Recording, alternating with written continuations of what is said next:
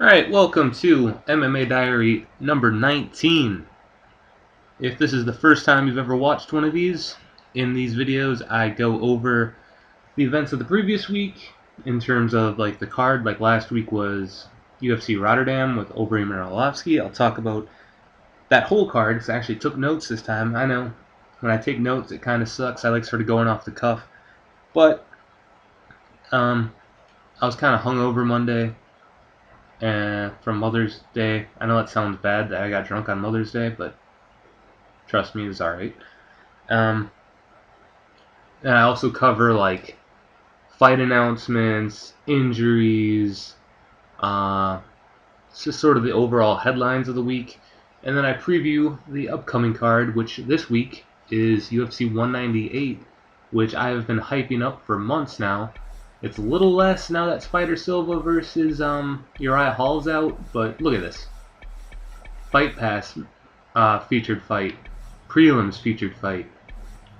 These are all on the main card. And then there's also Worley Alves versus Brian Barberina.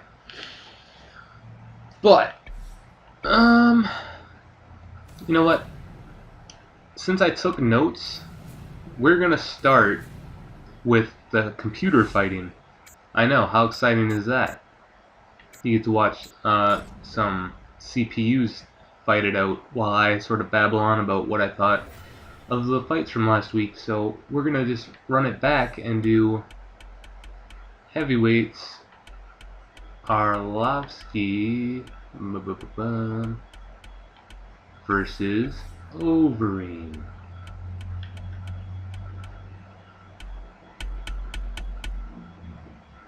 And I'm going to put it right in the middle, and we're just going to let them fight for now. Let's do 3 rounds, because I don't think I'll talk that much. But yeah, I didn't think that UFC Rotterdam would be that good of a card. Turns out it was pretty solid. I hope I can remember some of these guys' names. There wasn't a ton of impressive performances, but you know, I think I should start trying to remember some of these undercard fighters' names that have good performances.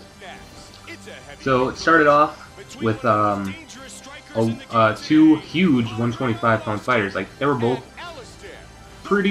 like as tall as me, which I'm like 5. I'm like 5'7", 5'8". They were taller than me, and they weighed 125 pounds, which just blew my mind. You know, I consider myself skinny, and I'm like 160. But yeah, they were huge between Willie Gates and Sasaki. Every time I heard Sasaki, I just thought of Johnny Sasaki, for all you Metal Gear Solid fans out there. Sasaki stuck like glue on Gates and got the rear naked choke in the second after a big takedown that slammed Gates right on his back. Like, it really looked like it hurt Gates quite a bit. I don't know.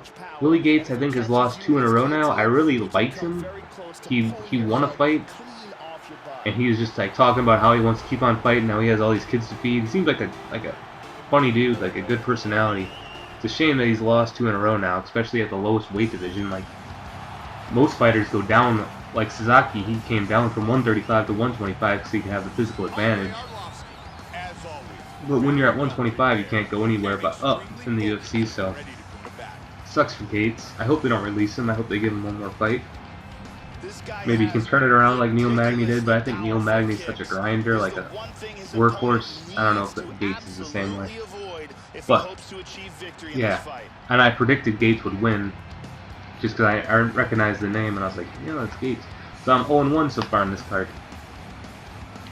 The next fight I have written down here, Dominic Waters versus Leon Edwards. Dominic Waters looked a lot like this last year's New York Knicks version of Derek Williams. Besides, he didn't have the tips, or did he have the tips dyed blonde?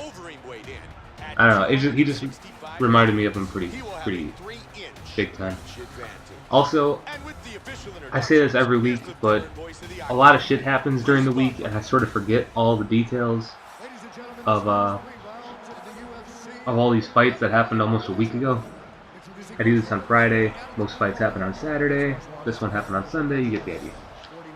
Anyways, Leon Edwards looks like a name to remember at 170.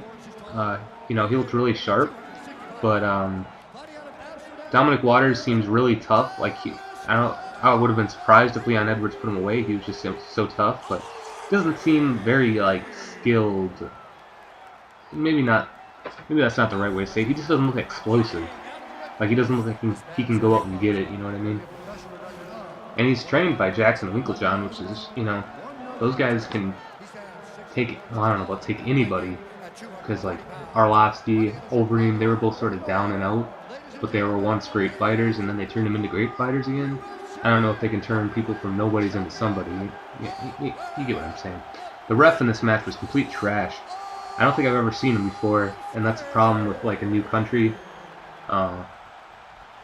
You know, when you go into a new country, a lot of those officials that you're familiar with, like Herb Dean, you know, Big John McCarthy, they're not licensed there, or they're not like certified there or something, so they can't really come over and do that. The next fight was Horiguchi versus Siri. Horiguchi looks just super stellar in the first. He was so quick and accurate and powerful. He had like 2 or 3 knockdowns in that first round. He looked really, really sharp. He's training in American top team now, and that's nothing but good news because like he looks really good. This fight featured some woman in the crowd who went, "Come on, Neil! Come on, Neil!" every 10 seconds. Like, seriously, super annoying. That's all I could freaking focus on. Ugh, it was just terrible. And if you didn't notice it the first time, go back and watch it, and you'll definitely notice it this time. Siri's tough as hell, but Horiguchi looks so good. Left his chin up. He sort of, when he went and strikes, he left his chin out a lot, like he lunged forward kind of. And if you fight Demetrius Johnson again, you didn't knock him out when he fought Mighty Mouse, or Mighty Mouse didn't knock him out when he fought him. But I wouldn't be surprised if that would eventually happen. Like even against Benavidez or maybe even Cejudo, you can't just leave your chin up there like that. But you know, that's just a small flaw on what was otherwise a really good night for him. Horiguchi got the unanimous decision, and I didn't notice till it's posted by cauliflower ears I've ever seen. Next fight I have written down. Oh yeah, and that Horiguchi versus Siri fight, I picked Horiguchi, so 1-1 so far in this fight. Madadi versus Jan Cabral.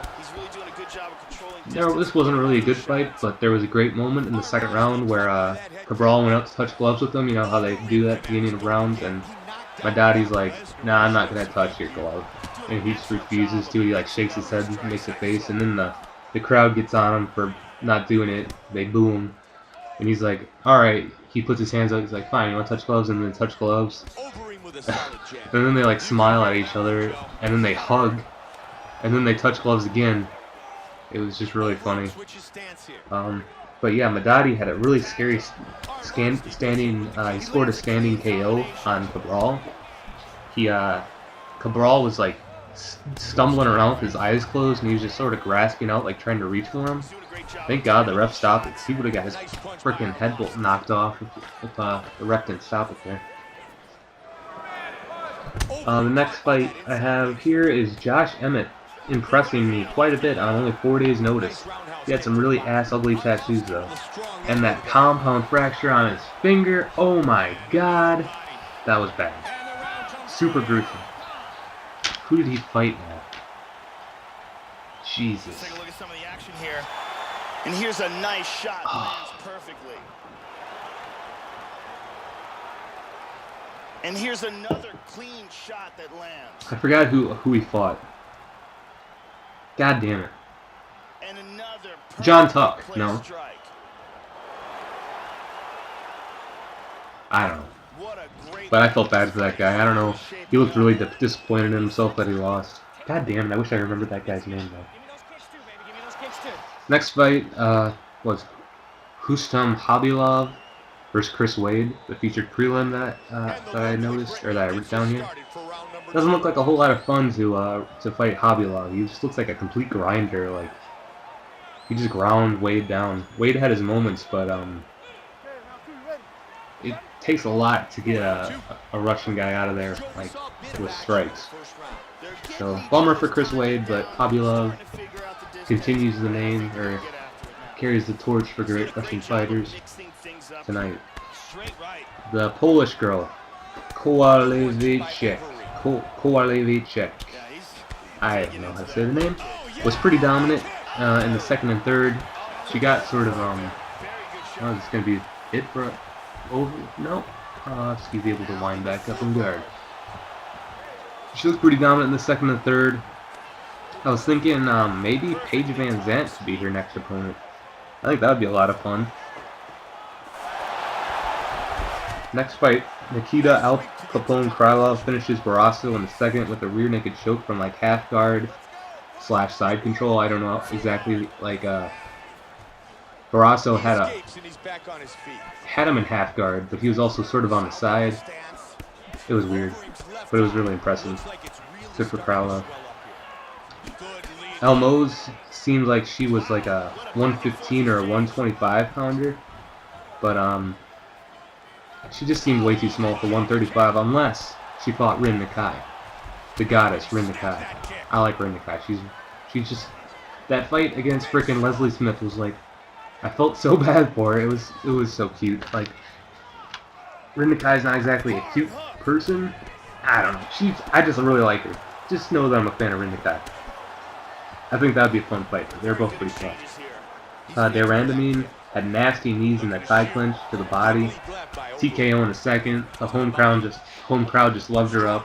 It's a really nice moment for her. And people were saying that Derandamine versus Cyborg could be a fight that the UFC makes next. I would be all over that. That would be awesome. Okay, now we're getting to the big ones. Gunnar Nelson jumping right in front of Tumenov and landing some strikes. That was surprising. Like, freaking Gunnar Nelson just leaping out there and going after him. Oh. Arlovsky's about done.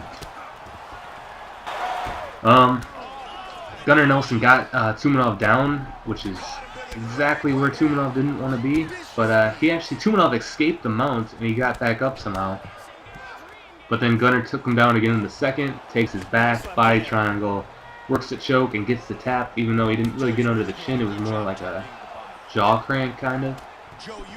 It was a really good win for Gunny Nelson. Like, I did not expect him to beat Albert Tumenov. I thought for sure Tumenov was going to get that win.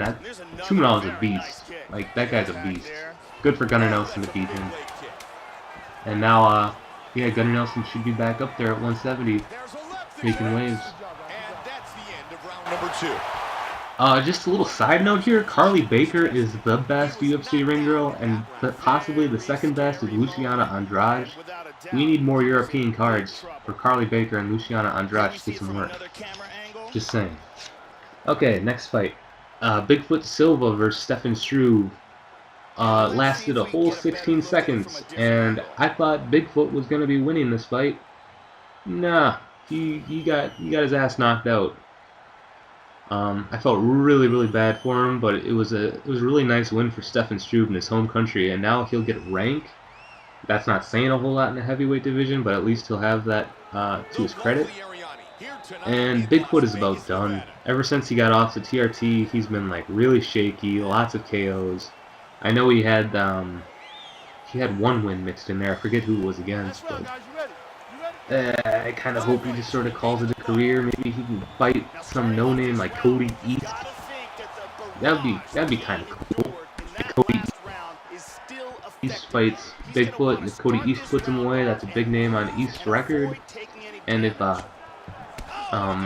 Bigfoot won right off into the sunset on a win, like he has Fedor Emelianenko. He already beat Fedor Emelianenko. You know, your legacy in MMA is pretty rock solid with that name on your list. Maybe I was thinking for fights for Struve. I couldn't really think of any. Ben Rothwell seems like too big of a name to put him up there right away, and that just seems like a fight Ben Rothwell could just walk through. Damn. Arlovsky's done. Nope. But yeah, I saw someone suggesting Struve versus Gabriel Gonzaga. Like, if you want to give Struve some more confidence, sure. But Gonzaga's about done. Like, I don't get that fight.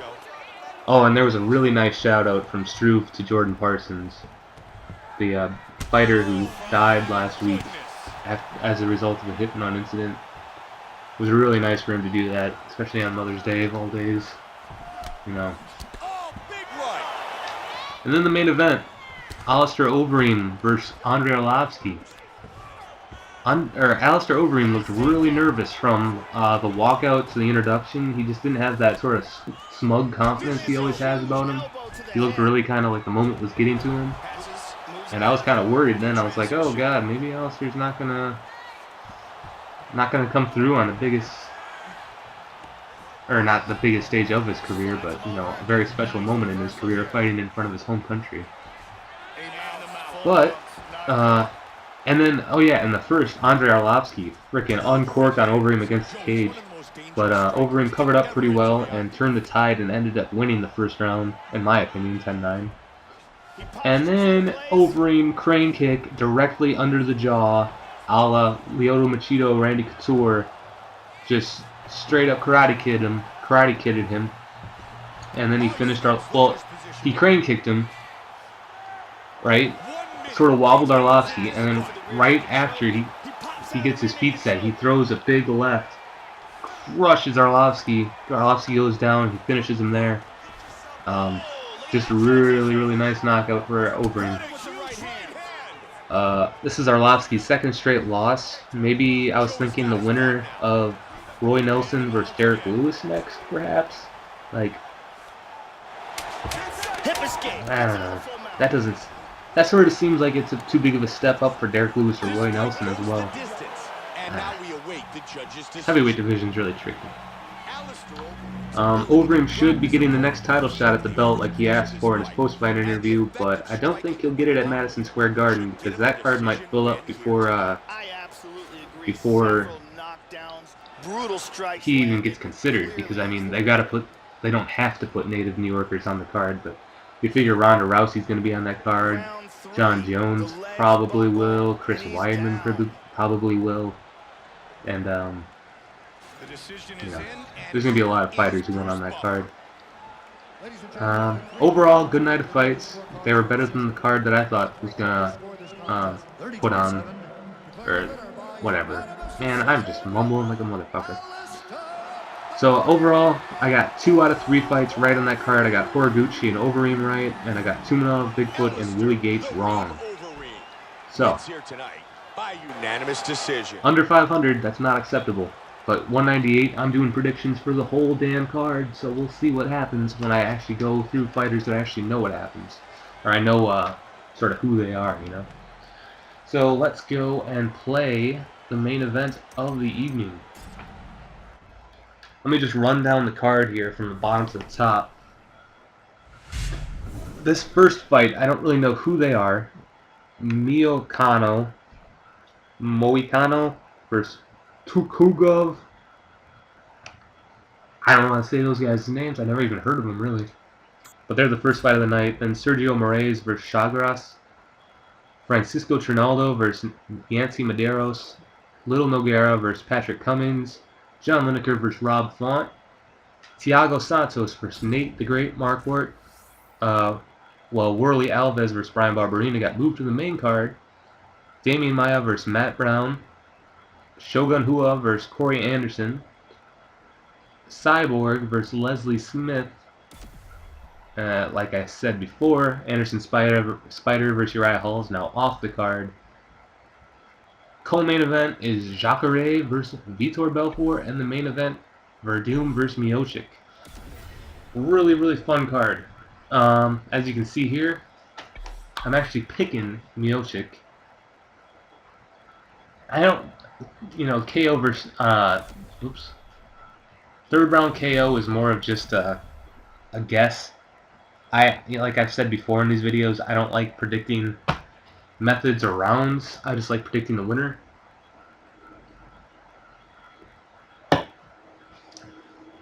But yeah. Werdum is a better all-around fighter in my opinion. Like, he's really good at a lot of things. And Miocic, he's just a grinder. Like, he's a really good striker. I don't really know what his ground game's like. I know his ground and pound is brutal. Just look at what he did to Mark Hunt in Australia at one time. Yikes. And you know what? If we're being honest with ourselves here, Werdum may very well just run away with this, like he did versus Kane. But I don't know, something about this just feels right for Miocic. Like, it seems like it's his time. Miocic is used to traveling for his fights, which is an advantage. You know, he's been all around the world fighting. He's a true grinder, like I already said, and he's like his fight versus Roy Nelson. He was so accurate. Like, I don't know if it's true or not, but in my mind, he's accurate as hell. I'm going on my gut feeling on this one, but my brains are kind of saying Werdum. But you know, I'm gonna stick with Miocic. I talked to my boss today at work. He thought I was crazy. He thought Werdum was just gonna dominate him. So, just one man's opinion. We got. Is he doing his smile face on the walkout? Come on, show his face again. Nah. So co-main event, Jacare versus Vitor. It's very hard to pick, in my opinion, because Vitor, after TRT, is kind of hit and miss. He sort of is devastated Dan. Wait, he did fight Dan Henderson again, didn't he? After that, I know he head kicked him to hell, but I thought they fought again. Maybe I'm just imagining that. And he looked good there too. But yeah, both guys are sort of in the twilight of their careers, and a loss for either of them sets them way back for a title shot. So it's probably the last shot for one of these two guys. With Bisping, Yoel Romero, and others coming up, you gotta think this is their last shot. I'm going to pick Jacare here because I still feel that he's near his peak, like whereas Vitor is sliding down, especially after the TRT. Although, you know, that might be the reason that Vitor will win. Like, Jacare might look past Vitor, and Vitor will know that this is his last shot to get the title, and you know, really put in the work to get this fight. But I'm going with Jacare. Okay, Leslie Smith versus Cyborg. Leslie Smith is an 1,100 point underdog, which is insane. You cannot make someone that big of an underdog in MMA, no matter what. I would put $100 down and not feel bad about losing it, because, you know, that's a nice return on your money, and it's MMA. You know, like, I don't think Leslie Smith stands a chance, but I would still put that $100 down and not miss it. But I don't gamble, so that's sort of a bummer. Like, I actually want to go put down $100 on this fight. But yeah, I'm pretty positive Cyborg will win. It's exciting to see her fight on the big show. Just wish it was against a bigger name. Like, if it was against Holly Holm, that would be awesome. I don't really want to see that Rousey fight that everyone was clamoring about. I don't really want to see her fight Misha. You know, it'd be nice if it was like Holly Holm, or maybe, you know, Sarah McMahon's not a big name per se, but I think McMahon might actually do pretty good against her. But yeah, I'm really excited to see Cyborg fight. Breaking news today. She's I'm recording this at 1:20 Central Time, and the weigh-ins I think are at 3 or 4. She's like 3.5 pounds over right now, and she's having a really hard time cutting weight. So don't be surprised if she misses. After this entire week of people saying, "Oh, she's gonna make the weight, no problem. She's walking only 8 pounds over without even stopping drinking water, yada yada yada," I'm like, fuck that. Okay, Corey Anderson versus Shogun. I gotta do this quick because I think Shogun's over the hill, but if he wins, he should retire on the spot and say thank you on the way out. You know, his hometown of Curitiba. Sorry, just wait. I think that this would be a really nice win to leave on, but I think Corey Anderson's gonna win. I think it's gonna be pretty dominant. I think it's gonna be a big name for Corey Anderson to claim, and I think he'll do it. And I think that he'll sort of accelerate his rise after beating a legend like Shogun. Okay, well, you know what? I can go over the rest of the card after this fight. I'll just do. I didn't write any sort of notes for it, but I could do it off my head here. So we're going for a third round TKO here. I tried it a few times. These heavyweights, like, you can straight up knock people out. You can knock people out so easy, and then you can get yourself knocked out easy. And Fabricio Werdum is like a ground game master in UFC 2, so and in real life. But this is one of the most highly anticipated world championship fights ever. An absolutely enormous fight right now. So, and I also suck at ground fighting in this game. Like, I keep telling myself do the drills, and I started doing the drills, but the first set of drills is striking drills. So, there you go. Yeah, this is great.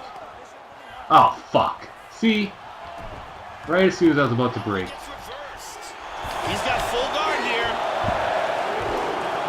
Get up, get up, get up, get up, get up. And they're back up. Fuck you.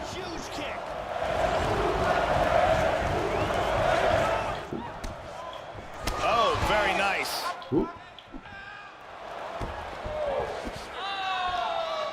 How do you jab? There we go. Great jab by Miocic. He caught him with the head kick. Oh, he missed that kick. Oh, fuck.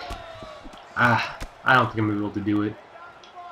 Another problem with heavyweights is that your damn stamina goes down so quick that in the later rounds you're lucky to have enough to put a combo together to finish the guy. Tries for a low single. To the body. Oh, that's a vicious knee. Fuck your body. Fuck your body. Strong jab. Oh, what an exchange! Hard straight punch. Vicious combinations. Oh, big body kick. Oh, combination. God damn it. Solid right hand. Yeah, I've been looking forward to 198. Are you taunting me? I've been looking forward to 198 for a really long time. Ever since that Jacare versus Vitor fight was announced. People aren't digging that fight. I don't know if it's just because all the other fights are so good, or because they legit don't like it, but I like it.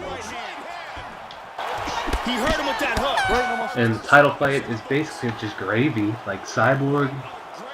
That Spider versus Uriah Hall fight, once that was announced, I'm like, holy fuck. And I realized that Damian Maia versus Matt Brown was going to be a prelim. I was like, holy Christ, this card's so good. Is the better fighter. He is dictating where this fight takes place, and once again he looks sensational. Nice leg kick. Good straight right.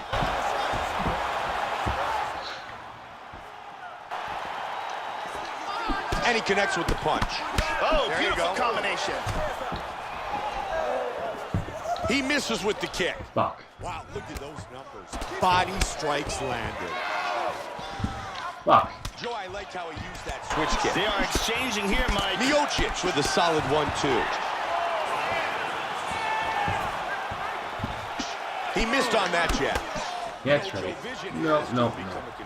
Let's just get up. No, let's just get up. Let's just get up. Let's just get up. Let's just get up. Back up. Nice inside leg kick.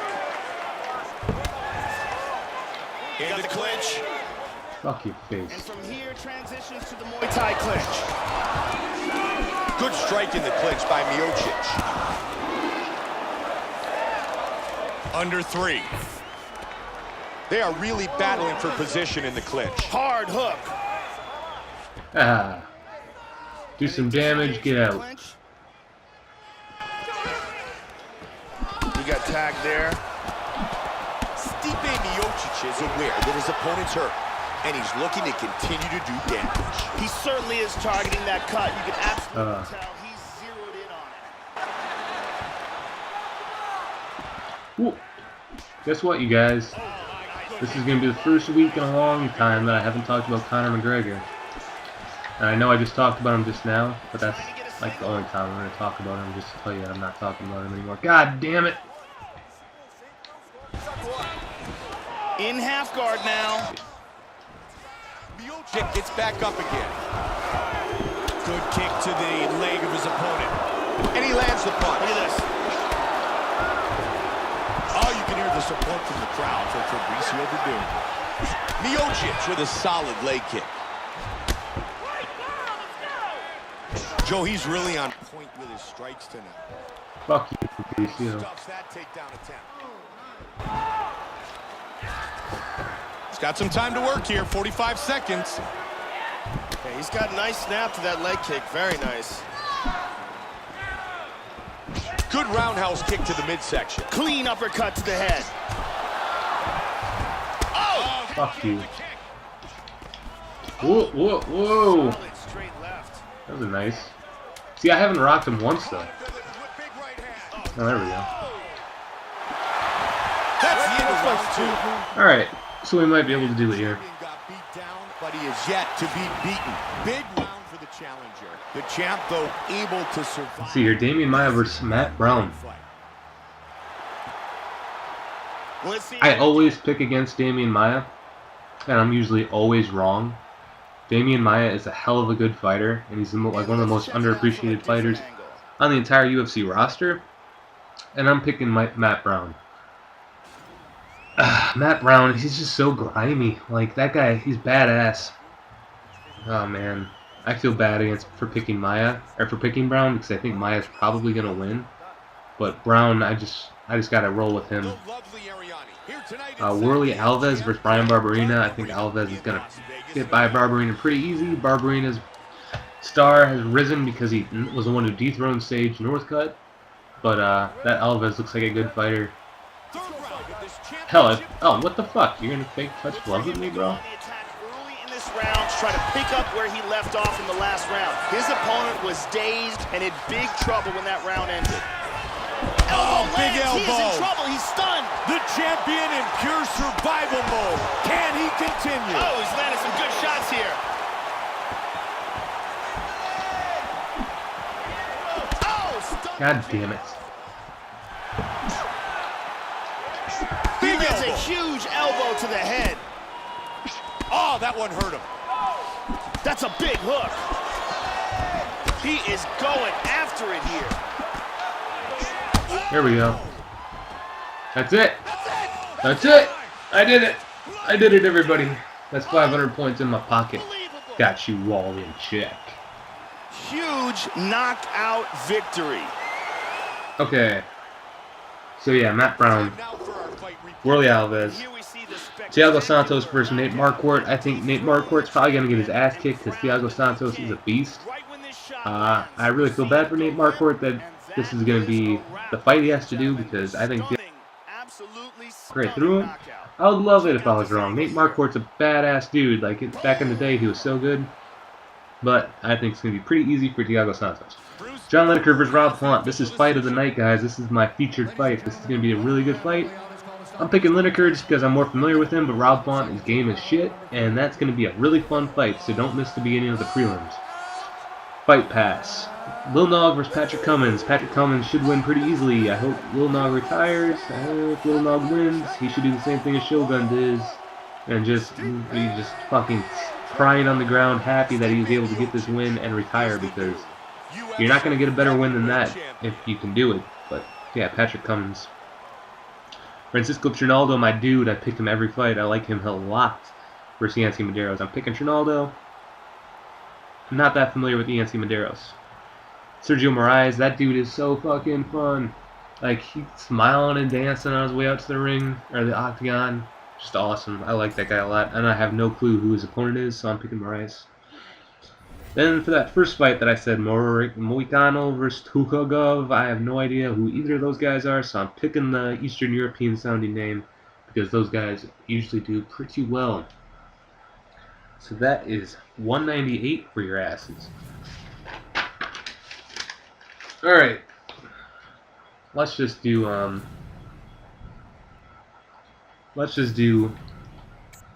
a CPU fight that you might not even watch the rest of, because I just got... you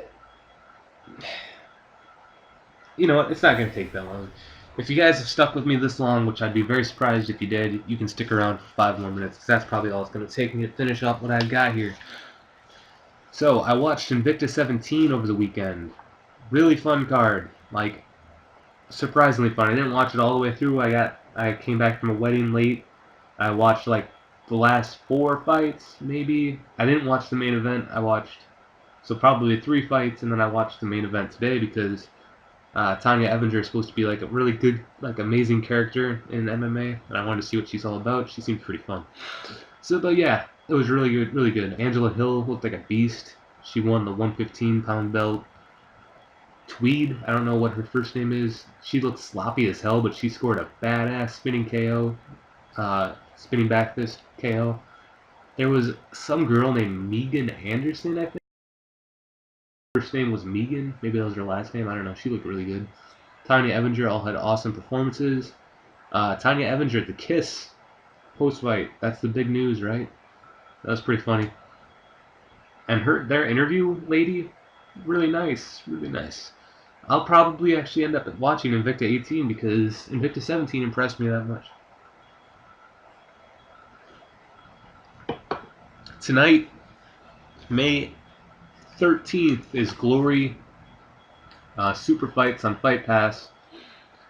Not Stitch 'em Up Joe Schilling's fighting. The last time I saw him fight, he was getting KO'd by a Superman punch, and he got fucking blasted. Hopefully he puts on a show, because I know he's sort of like a cult figure. I'm excited to see him, but what I'm really watching this Glory Super Fight for is Tiffany Timebomb von Soest. I don't know how to say her last name. She has a really nice Twitter avatar, and she could be one of the next big female MMA stars. And this isn't MMA, it's kickboxing, but she's also signed with Invicta, so I just want to get familiar with her. And she seems like she could be a star, so I'm all about that. Little bit of news here is that Dennis Siver is out of his 199 fight versus BJ Penn. And also, Beneil Dariush steps in for Evan Dunham, who had James Vick step in to fight him. So James Vick is still on the card, even though he just literally got added not that long ago. And now Beneil Dariush is stepping in for Dunham, who Vick was supposed to fight. You get what I mean. That's a really hard fight for Vick, but it should be really good. So I'm excited for that. And BJ Penn's new opponent is Cole Miller. Cole Miller's been around a very long time. I can't say that I really remember any of his performances. So hopefully, I was thinking BJ Penn was going to walk through Dennis Siver because Dennis Siver's a clown. But I don't know. Hopefully BJ can get a win under his belt. It would be so sad to see him come back and then just get blasted like he. I know Frankie Edgar and Cole Miller aren't the same person, but that last Frankie Edgar fight was so bad. You know, I felt so bad for Penn. Also, this Saturday, the same night as 198, is Bellator 154. Is headlined by an awesome light heavyweight bout between King Mo and Phil Davis, which should be interesting since they're both high-level wrestlers. I think I'm going to go with King Mo, however, because I think King Mo is a better striker, but who knows, Phil Davis got that knockout in that tournament that they had not that long ago in Bellator. The rest of the card I'm pretty unfamiliar with, except for that male cyborg guy, because I remember, I think it was on the Shamrock vs. Gracie card that he was on there, and he ended up getting a win. I'm still really bummed that Michael Chandler and James Thompson's off that card. That would have been such a good co-main event. Alright, and here it is, the final segment. My fight of the week this week. This week I'm recommending a fight that actually took place last week in Asia, and it was for the ONE's Atomweight inaugural championship bout. Atomweight's 105, by the way, between Mei Yamaguchi and Angela Lee, the young fighter groomed to be the next huge women's MMA star. It was a really, really fun fight with a lot of twists and turns. It's kind of exhausting, actually, to just keep up with everything. Best part is that it's free and here on YouTube. I'll include the link in the video description. So there you have it, everyone.